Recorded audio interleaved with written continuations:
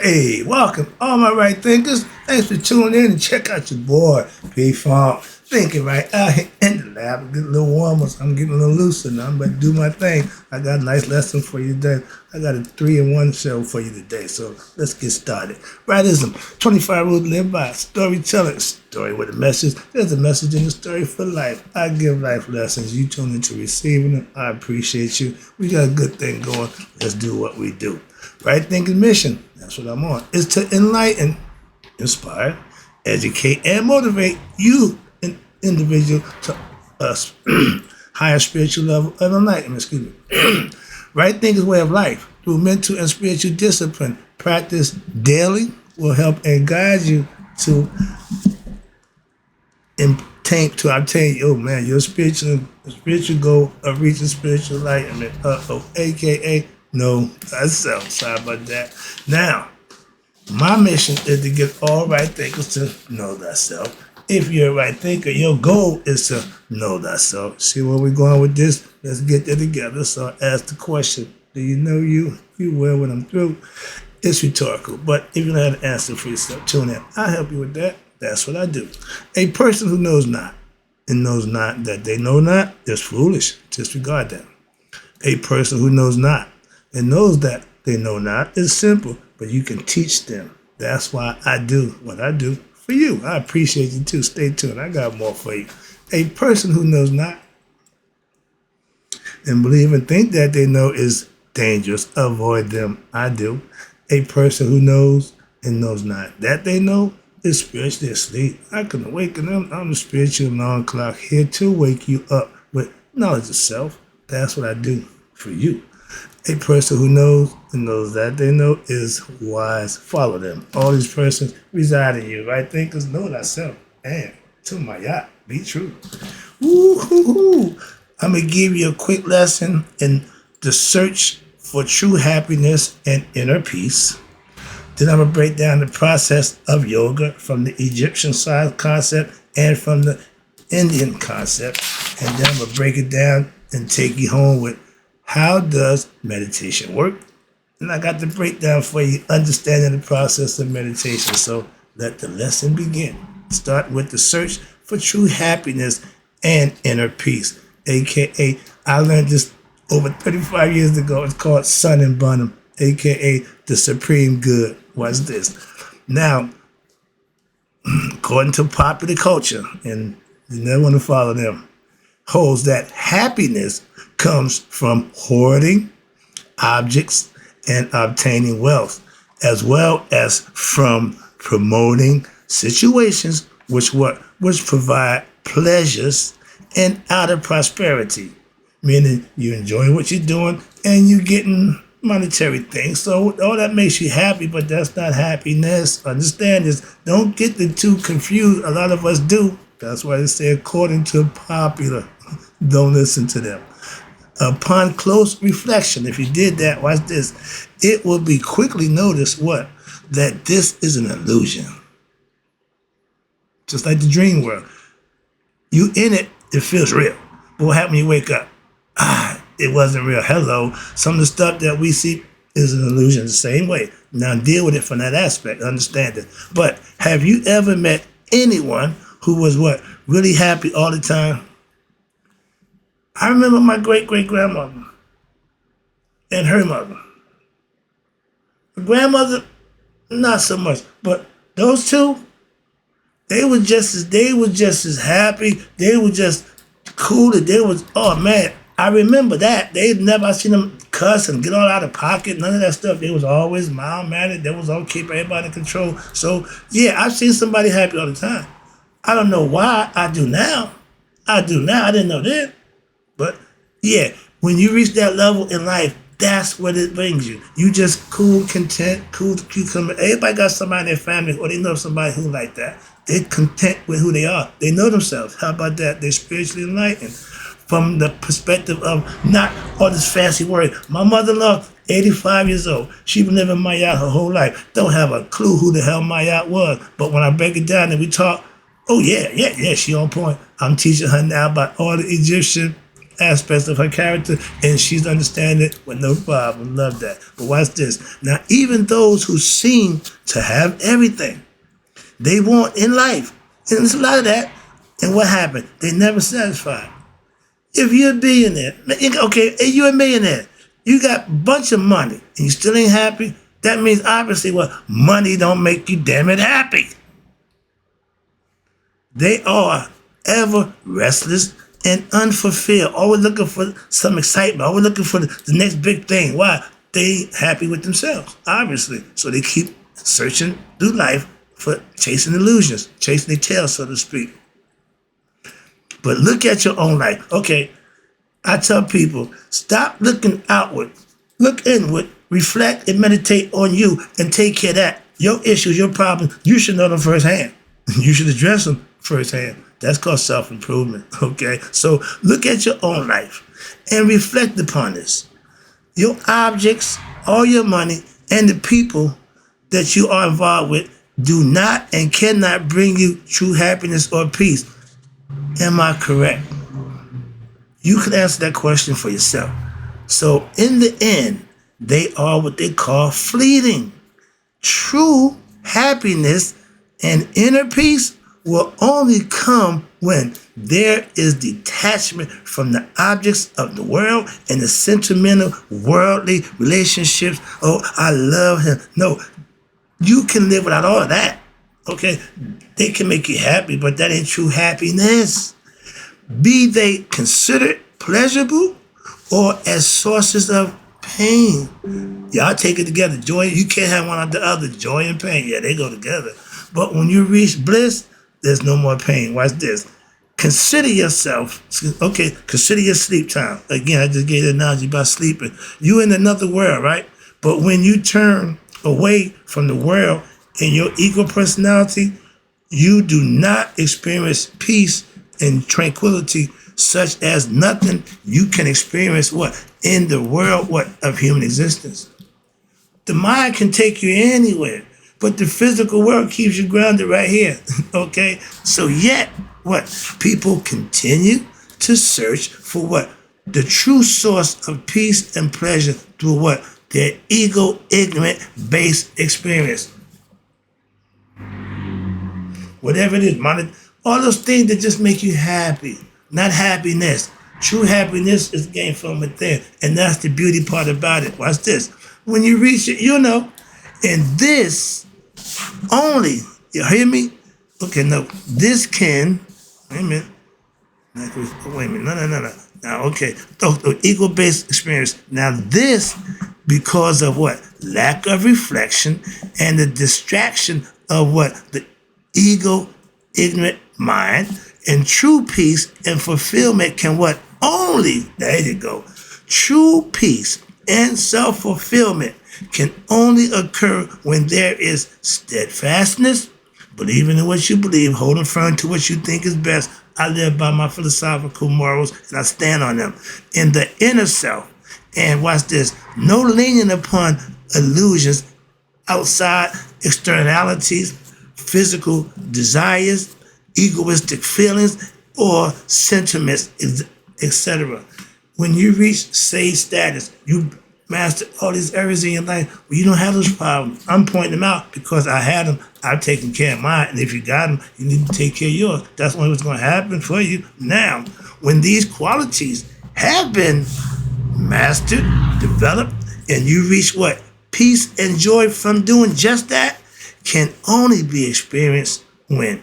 At all times. Once you reach it, you did it. You are in the club of bliss. You in the club of enlightenment. You've reached Nihas. You where you want to be. But now you still got to live every day. Still got to practice what you do in life. But you reached that level. And watch this. Now, from that point on, such as a sage, true happiness, and I can speak for myself and experience, and peace is experienced when what? When your mind is not affected by the what? The waves of desires and ignorance, which brings along the pleasure along with the pain. If you desire worldly things, if you desire physical things, that's going to come with a price. Joy of getting it and the pain, the consequences of doing it. If it's not good and beneficial, you should not do it. Why? Because you got to pay for it. Simple as that. If you do it, if it's bad, you pay. If it's good, you be rewarded. If we teach our young that philosophy right there, the earlier, the better. Why? Because that's to be the personal discipline. That's called spiritual discipline. When you can hold yourself accountable to do what's right, you are self-disciplined.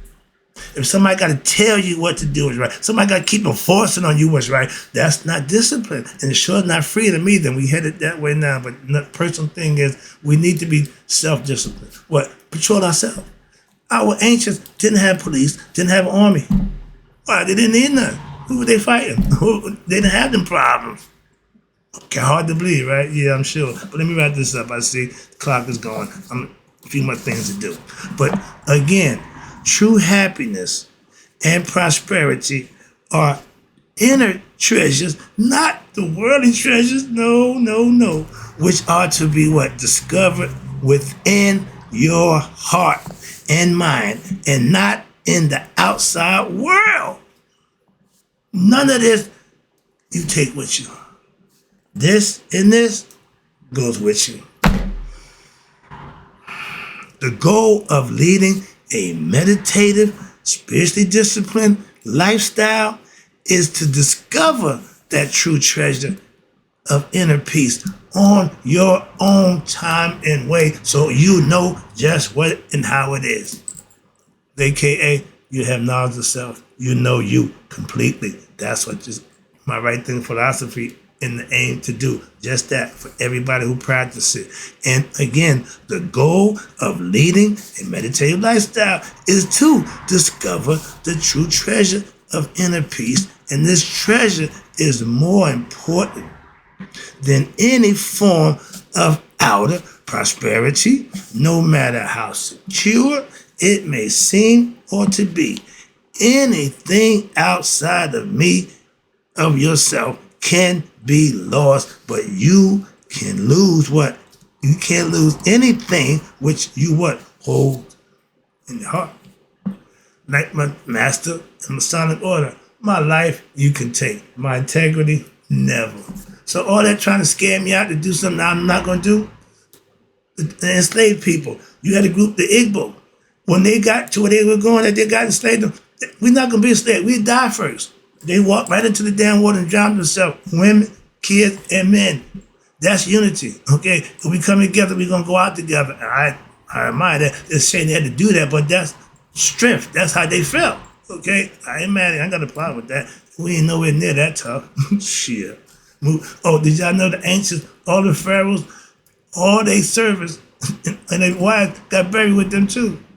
Did you know that? So that ain't a good deal to be hanging with my man. So therefore, that which is what? Inside, the innermost reality within every individual is more real and abiding than any outer development. Did you know that about yourself?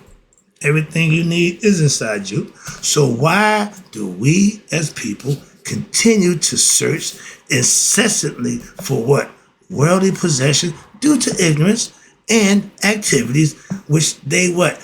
Believe, I got to underline, because if you go by what you believe will bring happiness, you're going to be wrong. Go for what you know to bring you happiness, not what you believe. Well, there's ways to know. That's my point. I don't care what you believe. I need to know what you know. And if you don't know, that means you got to believe. I don't need to believe. Why? I know. This has been the central point in the study of right thinking philosophy, yoga, and the mystical spirituality to what? To get you to that place for yourself, where in yourself, not outside. All of the practices of spirituality, right thinking philosophy, are directed, you hear me, to answer this question, as well as showing the path which enables one to discover the true fountain of peace and joy, aka to reach nihas. That's spiritual enlightenment, if you didn't know. That's the lesson. Moving over here now to the what? With yoga, there's a process. Let's talk about the process of yoga. This is a half a page, so it's going to be real simple. According to the instruction of the temple of Aset in ancient Egypt, a spiritual aspirant, that's you right thinkers, need to engage in the following process and master this for spiritual practice and to become what? Spiritually enlightened through what? Number one, listening to the teachings.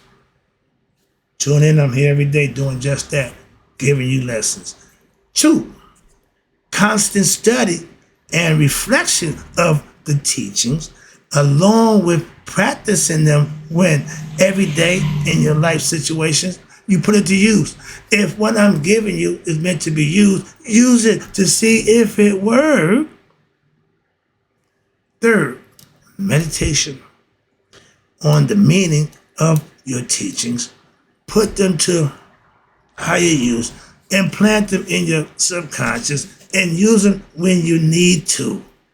As they occur in life, in any situation, they will help you, trust me, to maintain and get through any situation. That's what it's meant for, okay? Next one is, now according to the teachings of Jnana Yoga, excuse me, or the yoga of wisdom from India, okay? The process of yoga consists, again, of 3 steps, excuse me.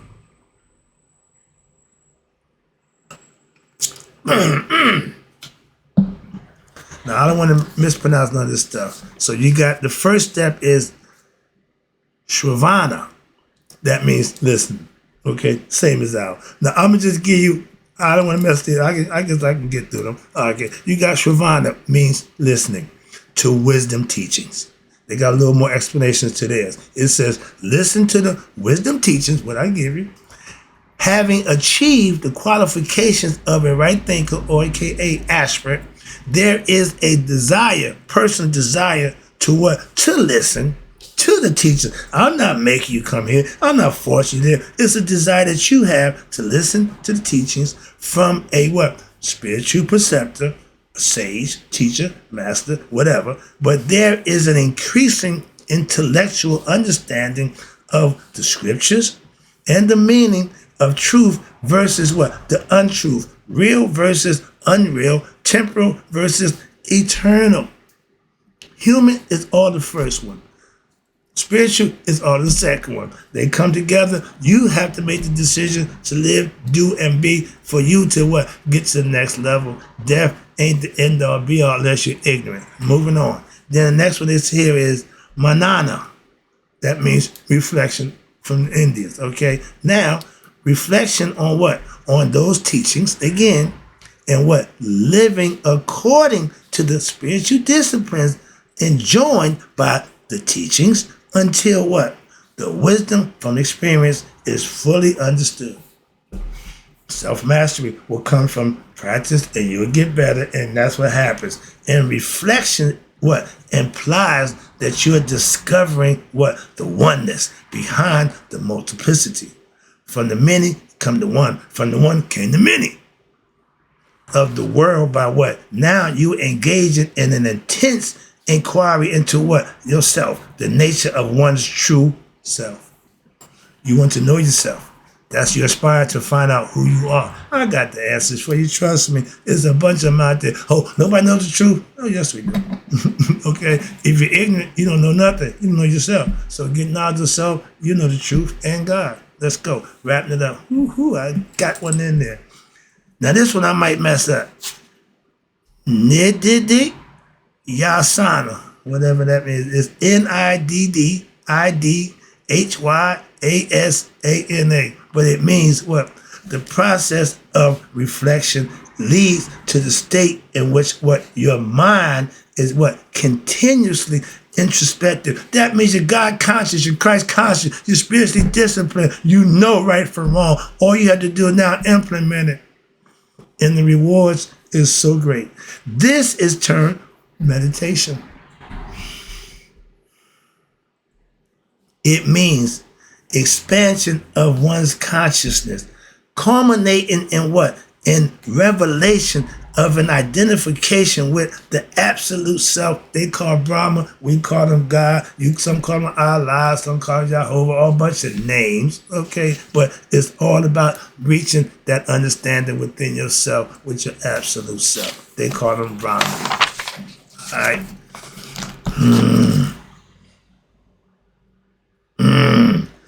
I'm going to stop here. I see the clock. I'm going to give you a break. Let this lesson seep in. Hope you enjoyed this one. I'm coming back with how does meditation work and understand the process. So that'll be a lesson within itself. Right things. Hope you enjoyed the lesson. I'm having fun right now. I even got some heat going, so it's all good. I'll be right back in a minute. We take a break, but I'll be back with more right thinking philosophy for you. And in closing, right thinkers, may you all let it be 100. Me, 100 minus a day. So I never know that my right thinkers have passed away. Remember, meditate, meditate, meditate.